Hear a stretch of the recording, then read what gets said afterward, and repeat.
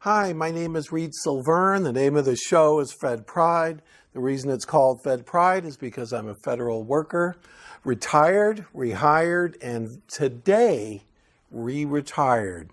So I'm back on the street, and fortunately I do have a retirement, so I'm on my feet. Thank God for that. But the fact of the matter is I am now truly re-retired and with lots and lots of free time on my hands.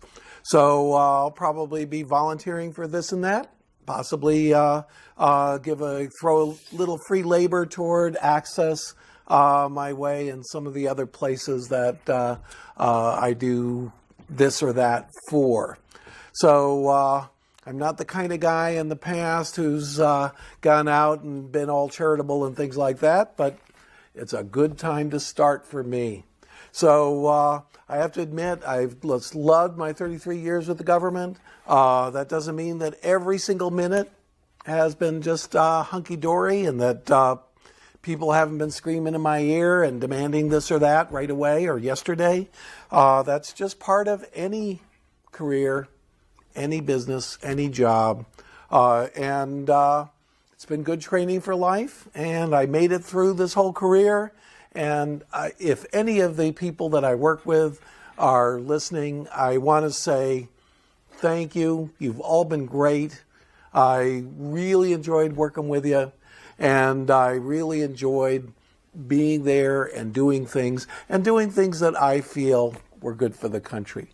So that's basically where I'm at. Now, if you watched the last show, and the last show was from December 29th and has been rerunning, I called on the people of our state to change the Uniform Commercial Code back to the way it was before the banks messed with it and before the banks changed everything so that it favored the banks and unfavored you. And now this Uniform Commercial Code, which is state law in 45 states, has finally caught up with everyone to bite everyone where they shouldn't be bitten. So what is this vampiric, if I have to say, law and rule? And I'm going to get a little bit philosophical here because I'm a free market kind of guy. But I'm not as doctrinaire as some. I'm not a Tea Partyist or anything like that. However, no matter how much economic freedom we have no economic freedom at all if the law allows and encourages people to cheat. And that's what happened in 2001 when the banks said, wow, this state law, this Uniform Commercial Code, this code that allows what they call arm's length transactions between buyer and seller, between borrower and lender, and made America the financial powerhouse of the world from the end of World War II to 2000, and completely reversed it and turned us into worse than a third world country. Because in a third world country, at least you know people are going to demand a bribe. At least you know that the authorities can go in there and take your home away and throw you on the street or take your freedom away. And now we have a system which is incorporated in federal law, but mostly in the state law of 45 states that basically says your home, your castle, can be taken away from you unethically without any repercussions legally. And that is a really terrible thing. And I'll go a little bit further. The UCC rewrite, in a couple places, actually says, and comes right out and says, that when you write a mortgage and agree to a mortgage and agree to the terms in a mortgage, even if the mortgage says that the person that you borrowed the money from or the entity or the company, even if the mortgage says that that company cannot transfer that mortgage to another company that may not be as understanding or that may be unethical, even if it's forbidden in the contract, that contract is overridden by state law. So they can transfer your mortgage and your trustee to anybody they want. And even worse, right now there's a foreclosure crisis. And I've been following it on the news. I've been following it in the congressional hearings and so on and so forth. And everybody says the banks have sloppy paperwork. The paperwork keeping in the banks is sloppy. And that's the cause of the problem. Well, I'm here to say that is not the cause of the problem. The cause of the problem is the UCC, Uniform Commercial Code rewrite, from 45 states that actually stated that if the bank creates a financial statement and puts your mortgage into an electronic recordation and registration system, of course, that's called MERS, Mortgage Electronic Registration System, which was set up by the banks, that if all they have to do is enter your mortgage into this database, it doesn't even say what needs to be in it, they can throw away the original paperwork. And that is legal. That is legal, and because it's legal, it was done.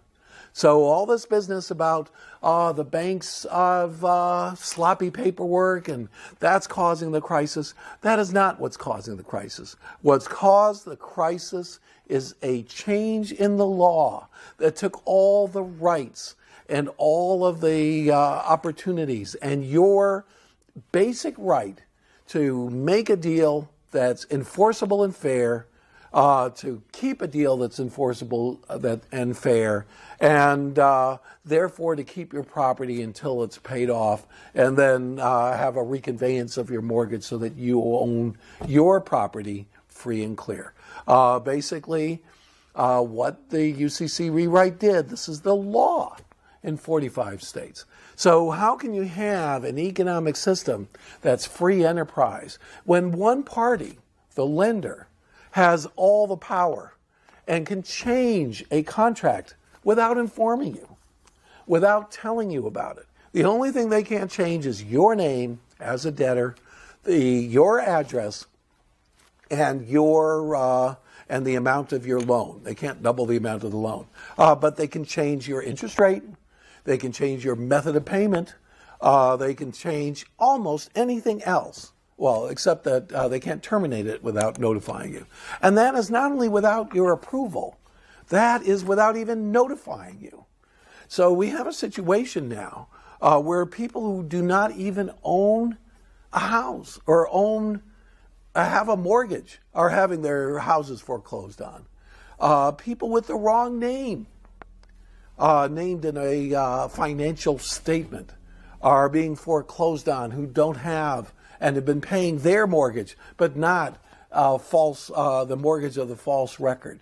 And a lot of that is because the UCC was rewritten so that even if there is what they call a seriously misleading entry, and a seriously misleading entry is the wrong debtor's name, the wrong address of the property, and the wrong amount of collateral, even if that's in that database, that financial record in a database which can be changed by one party without the knowledge of you, the other party, it's still enforceable. It's still effective. So even the bad record is still effective. So what does that mean? That means that if you're George W. Smith or George W. Bush, and there's another guy named George W. Bush, because it's a pretty common name, or just George D. Bush, and they got the wrong name in that financial record and then destroyed the original, they can go and take your property away, George W. Bush. So this situation is really ridiculous. People are being held to mortgages that they never agreed to. People are having property taken away because the address was wrong, that they never had a mortgage on, or that they have a different mortgage and they've been paying the real mortgage, and then there's a false entry for somebody else's mortgage, and the bank has been coming in and taking that person's property away. Now, this is a kind of an interesting thing because just like the war in Iraq and Iran and Afghanistan, I know people who've been over there, but a lot of people don't. It's a group of people, and a lot of people don't know any one member of that group. And yet, I know a person who had a piece of property and a house in Texas, and the bank went out there without informing him. He had paid 14 years on a 15-year mortgage, and they just took his property without informing him and foreclosed on it and sold it to another party without even informing him. Technically, that's against the UCC. And then there's another clause that says even if there's a mistake, it's still enforceable. So that is what has been happening. Now the banks are saying, well, it's just a few people. It's just a few entries, maybe 1%, maybe 1/100%, or maybe 5 or 10%. But for us, we don't care. That's fine. Who cares? It's just people. It's just people being thrown out of their homes. What does that mean to me? I'm just a banker. I get $1 billion bonus. And so I really don't care about you and your people. Of course, that's not what they're saying to Congress. What they're saying to Congress is, there's just a little paperwork bollocks. Well, it's not a paperwork bollocks. They wrote a law that says they could throw away the paperwork. They don't need any paperwork. They wrote a law that said that they can enter things into a database designed by them, and they can make mistakes in that database, and the mistakes are still enforceable.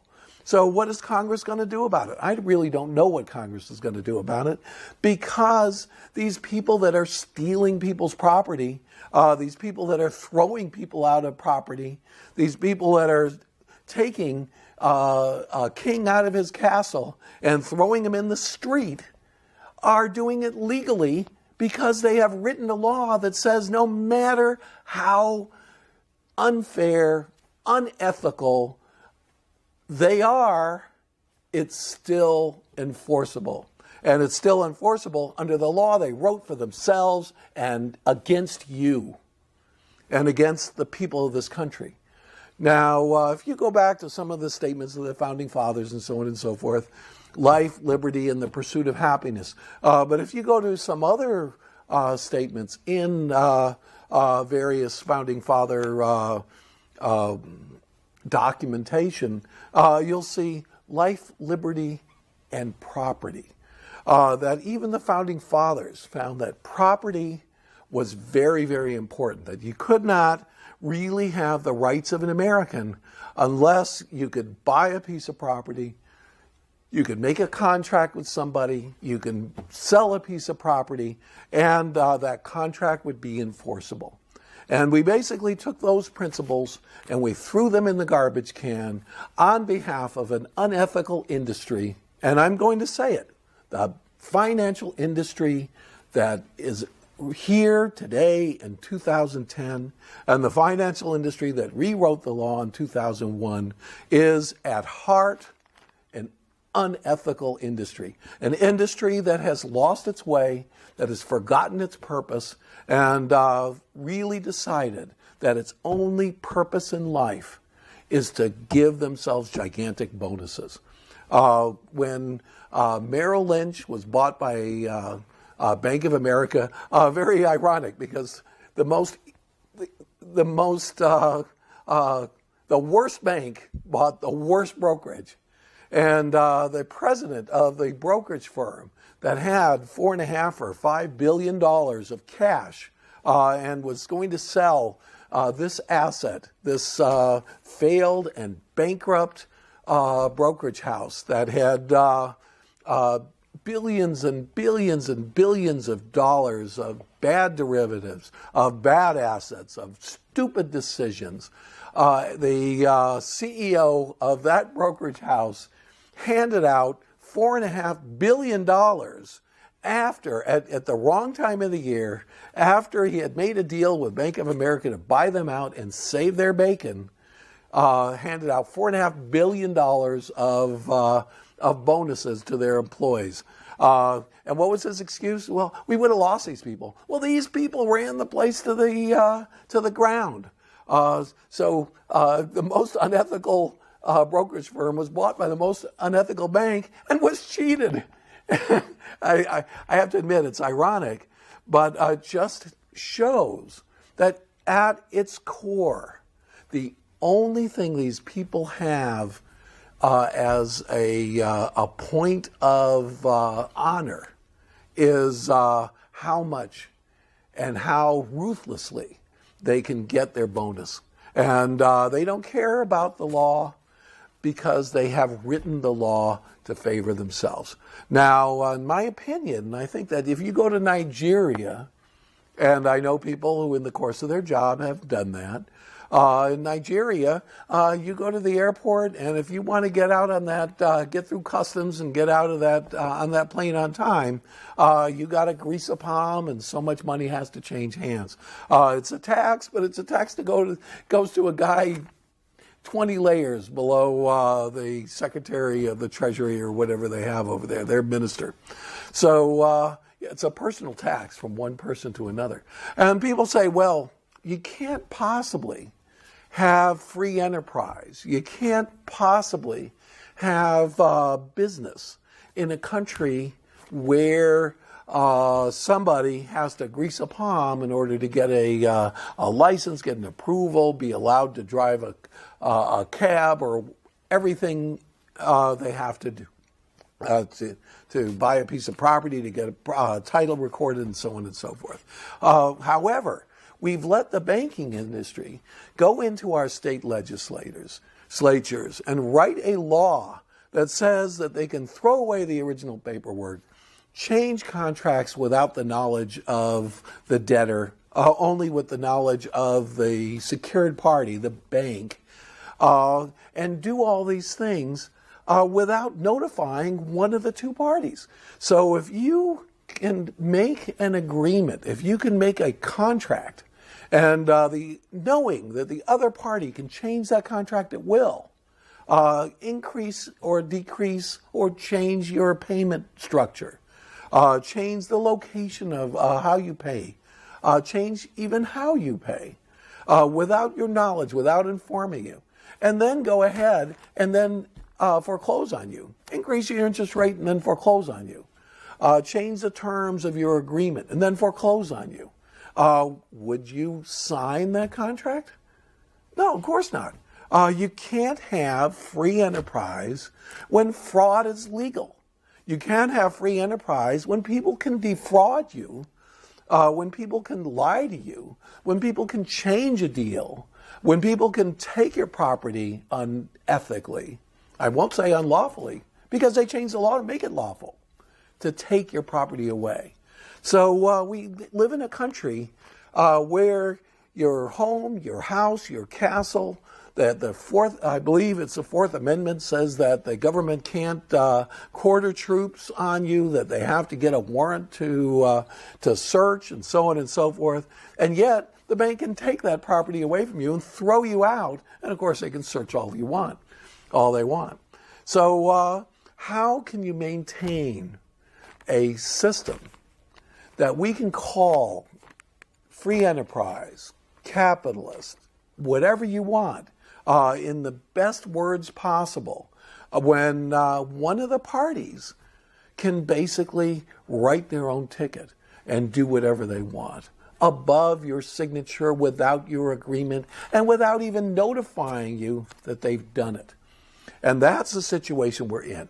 And my position is we cannot fix the financial mess this country is in until we return to the system we had before the banks rewrote it federally in 2000, Commodities Modernization Act of 2000, and then at the state level when they rewrote the Uniform Commercial Code.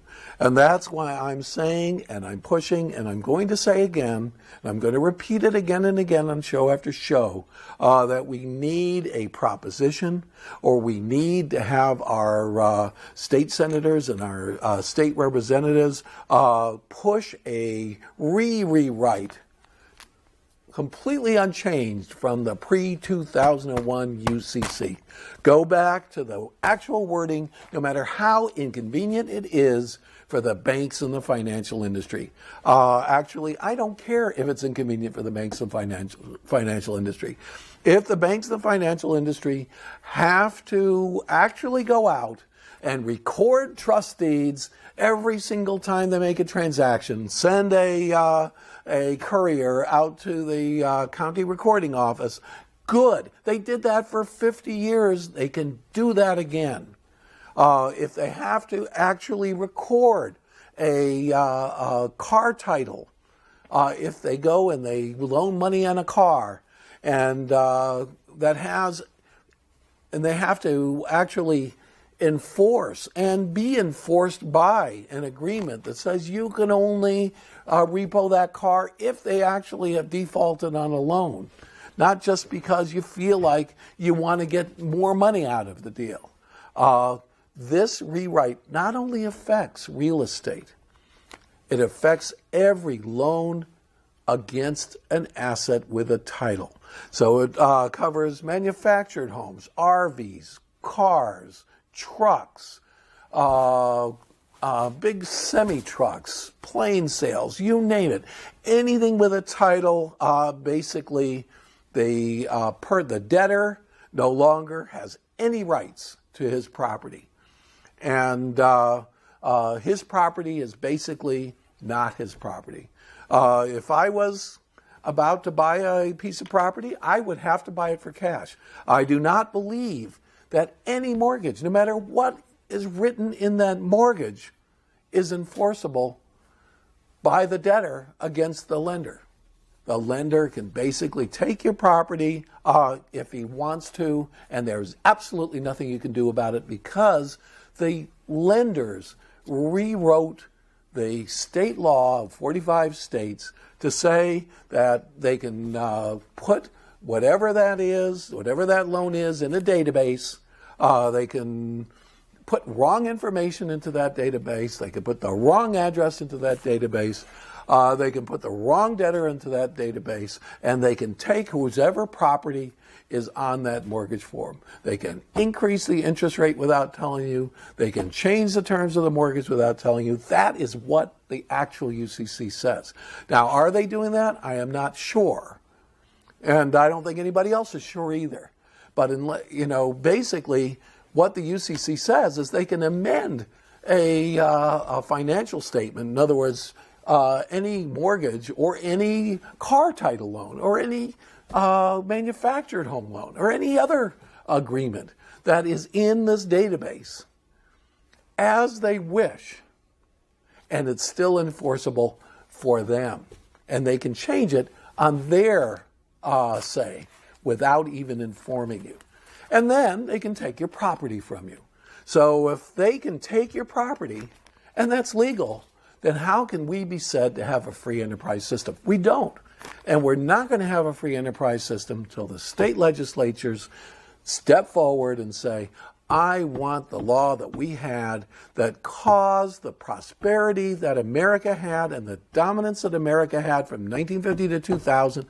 I want that law back. Even if some banker and some CEO of a bank or a mortgage company is only going to get half of the multi-hundreds of millions of dollars of bonuses that he thinks is his right as a CEO to get. Now, the fact of the matter is that we are just not going to have a system that works until we make this change. And it's not that hard a change to make. It can either be done by a proposition, and it only has to be done in one state. And I think Arizona is a good start because Arizona is a small state and doesn't take that much to move the rock up the hill. Admittedly, the most powerful players in the world would fight against it. And I think they would lose once people realize how the law was rewritten, how unfair it was. Thank you.